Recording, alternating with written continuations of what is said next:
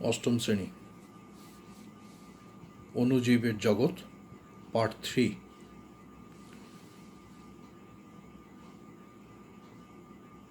কিভাবে খাদ্যকে ভালো রাখা সম্ভব, খাদ্য প্রক্রিয়াকরণ যেগুলো ছিল সেখানে কিভাবে খাদ্যকে ভালো রাখা সম্ভব।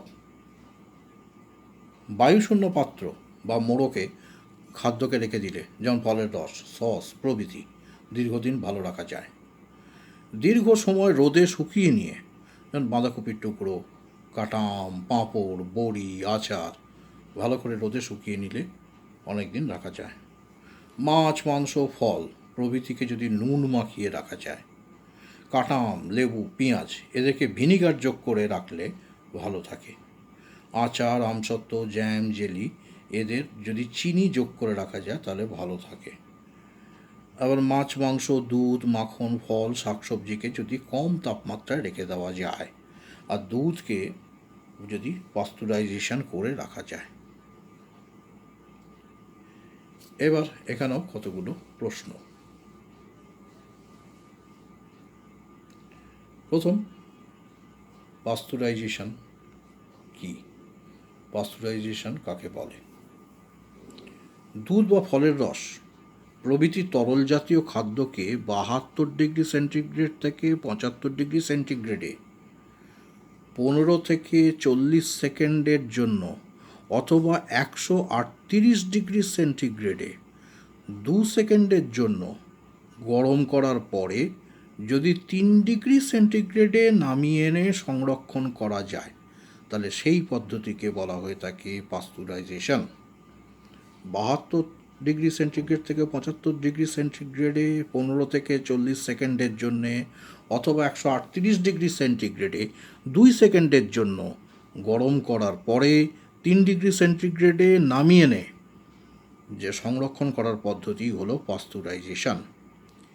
বেশিরভাগ ব্যাকটেরিয়াকে এই পদ্ধতিতে ধ্বংস করে তরল খাদ্য, বিশেষত দুধ সংরক্ষণ করা যায়। আমরা যে প্যাকেটের দুধগুলো পাই এগুলো সবই হচ্ছে পাস্তুরাইজড দুধ। বিজ্ঞানী লুই পাস্তুর এই পদ্ধতিটা আবিষ্কার করেছিলেন। এরপর আরও কতগুলো ছোট ছোট প্রশ্ন, যেগুলো তোমাদের সবই বইতে আছে বা লাগবে। অ্যান্টিজেন, অ্যান্টিবডি, অনাক্রম্যতা, টিকা। আচ্ছা, প্রথম, অ্যান্টিজেন কাকে বলে? যখন কোনো জীবাণু, ভাইরাস, ব্যাকটেরিয়া আমাদের দেহে প্রবেশ করে তখন জীবাণুর দেহ থেকে একাধিক ক্ষতিকারক যৌগ নির্গত হয় যা দেহে রোগ সৃষ্টি করে, তাকে অ্যান্টিজেন বলে। জীবাণু মানে হচ্ছে ব্যাকটেরিয়া, ভাইরাস প্রভৃতি আমাদের দেহে প্রবেশ করলে জীবাণুর গাত্র থেকে একাধিক ক্ষতিকারক যৌগ বা টক্সিন নির্গত হয় যা দেহে আমাদের রোগ সৃষ্টি করে, তাকেই বলা হয়ে থাকে অ্যান্টিজেন। অ্যান্টিবডি কাকে বলে? এই যে রোগ সৃষ্টিকারী ভাইরাস, ব্যাকটেরিয়ার দেহ নিঃসৃত বা গাত্র নিঃসৃত যে ক্ষতিকারক অ্যান্টিজেনকে ধ্বংস করার জন্যে দেহে প্রোটিনধর্মী যে যৌগ সৃষ্টি হয়, তাহলে যে অ্যান্টিজেন আমাদের রোগ সৃষ্টি করলো, এই অ্যান্টিজেনকে ধ্বংস করার জন্য যে প্রোটিনধর্মী যৌগ আমাদের দেহে সৃষ্টি হয় তাকে বলা হয়ে থাকে অ্যান্টিবডি। অনাক্রম্যতা, বিভিন্ন বিজাতীয় পদার্থ ও রোগ সৃষ্টিকারী যে ব্যাকটেরিয়া, ভাইরাস, অণুজীবদের বিরুদ্ধে যে স্বাভাবিক প্রতিরক্ষা ব্যবস্থা গড়ে ওঠে, এই যে অ্যান্টিবডি তৈরি হলো, এই অ্যান্টিবডিটা দেহের একটা প্রতিরক্ষা ব্যবস্থা গড়ে তুলল। তাহলে বিভিন্ন বিজাতীয় পদার্থ বা রোগ সৃষ্টিকারী অণুজীবের বা অ্যান্টিজেনের বিরুদ্ধে জীবদেহে যে স্বাভাবিক প্রতিরক্ষা ব্যবস্থা গড়ে ওঠে তাকে বলে কি? অনাক্রম্যতা বা ইমিউনিটি। বিভিন্ন বিজাতীয় পদার্থ ও রোগ সৃষ্টিকারী অণুজীবের বিরুদ্ধে, ব্যাকটেরিয়া, ভাইরাস প্রভৃতি জীবদেহে যে স্বাভাবিক প্রতিরক্ষা ব্যবস্থা গড়ে উঠল অ্যান্টিবডি সৃষ্টির মাধ্যমে, তাকেই বলা হয়ে থাকে অনাক্রম্যতা বা ইমিউনিটি। যেমন ছোটোবেলায় আমাদের যে সমস্ত টিকাগুলো দেওয়া হয়েছিল পক্স, হাম, কলেরা প্রভৃতির, এ থেকে কিন্তু অ্যান্টিজেনটা প্রবেশ করিয়ে আমাদের দেহে অ্যান্টিবডি তৈরি করা হয়, যা দেহের প্রতিরক্ষা ব্যবস্থাতে কাজে লাগে। একেই বলা হয়ে থাকে ইমিউনিটি বা অনাক্রম্যতা। টিকা বা ভ্যাকসিন রোগ সৃষ্টিকারী কোনো মৃত, দুর্বল, জীবিত অণুজীব বা অণুজীব নিঃসৃত পদার্থ, মানে টক্সিন বা বিষ জাতীয় পদার্থ কার্যহীন করে নির্দিষ্ট ডোজে মানবদেহে প্রবেশ করিয়ে যে অ্যান্টিবডি তৈরি করানো হয়, পরবর্তীকালে ওই রোগের বিরুদ্ধে অনাক্রম্যতা তৈরি করতে সক্ষম হয়। আমাদের যে টিকাগুলো দেওয়া হয়েছিল পক্স, হাম, কলেরা, ডায়রিয়া প্রভৃতির, এই রোগ সৃষ্টিকারী এরাই হচ্ছে মৃত, দুর্বল, জীবিত বা অণুজীব নিঃসৃত পদার্থ, বিষ জাতীয় যেগুলো, এদের কার্যহীন করে এবার নির্দিষ্ট ডোজে ছোটোবেলাতে আমাদের দেহে যে প্রবেশ করিয়ে দিয়ে অ্যান্টিবডি তৈরি করানো হয়েছে, যা পরবর্তীকালে এই সমস্ত রোগের বিরুদ্ধে অনাক্রম্যতা তৈরি করতে সক্ষম হয়। এই ঘটনাকেই বলা হয়ে থাকে টিকাকরণ বা ভ্যাকসিনেশন। আর প্রবিষ্ট যে বস্তুটা যেটা দেওয়া হচ্ছে, ডোজটা, তাকেই বলা হয়ে থাকে ভ্যাকসিন বা টিকা। যেমন হচ্ছে পোলিও ভ্যাকসিন বা ওপিভি, ওরাল পোলিও ভ্যাকসিন, যক্ষার হচ্ছে বিসিজি টিকে, টাইফয়েডের টিএবি ভ্যাকসিন।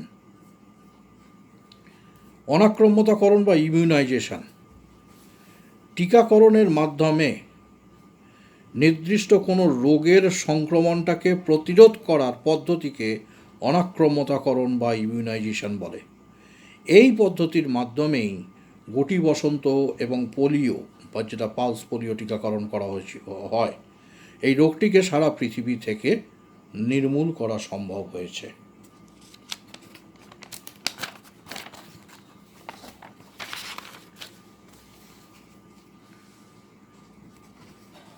এরপরে আর একটাই আছে, বর্জ্য পদার্থ পরিষ্কারে অণুজীবের ভূমিকা কী।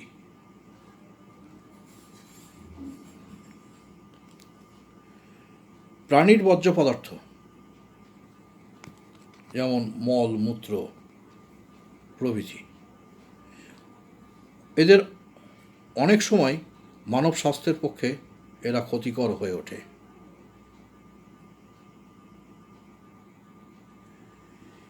এবং এরা অনেক জীবাণু বহন করে। কোনো কোনো ব্যাকটেরিয়া ও ছত্রাক এই সমস্ত বর্জ্য পদার্থগুলোকে বিয়োজিত করে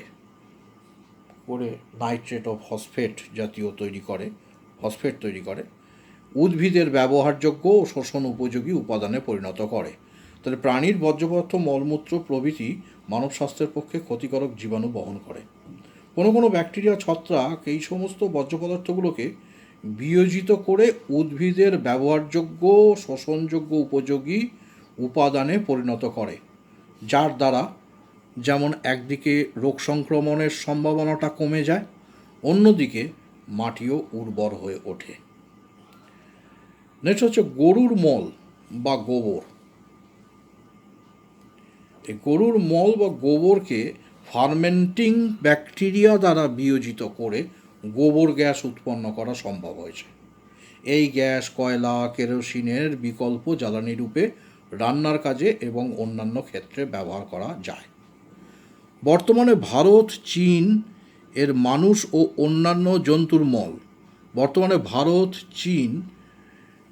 মানুষ ও অন্যান্য জন্তুর মল, তরকারির খোসা প্রভৃতি বর্জ্য পদার্থকে মেথানোজেন ব্যাকটেরিয়ার দ্বারা বিয়োজিত করে বায়োগ্যাস, মিথেন উৎপন্ন করছে, যা বিকল্প জ্বালানি হিসেবে ব্যবহৃত হয়। মহাকাশযানে দূষিত বাতাসকে পরিশুদ্ধ করার জন্য ক্লোরেল্লা নামক শৈবালকেও ব্যবহার করা হয়। ঠিক আছে, তাহলে অণুজীবের জগৎ যে প্রথম চ্যাপ্টারটার 3টে পার্টে এটা কিন্তু শেষ করা হলো। এরপরে আবার পরের চ্যাপ্টার ধরা হবে। ঠিক আছে।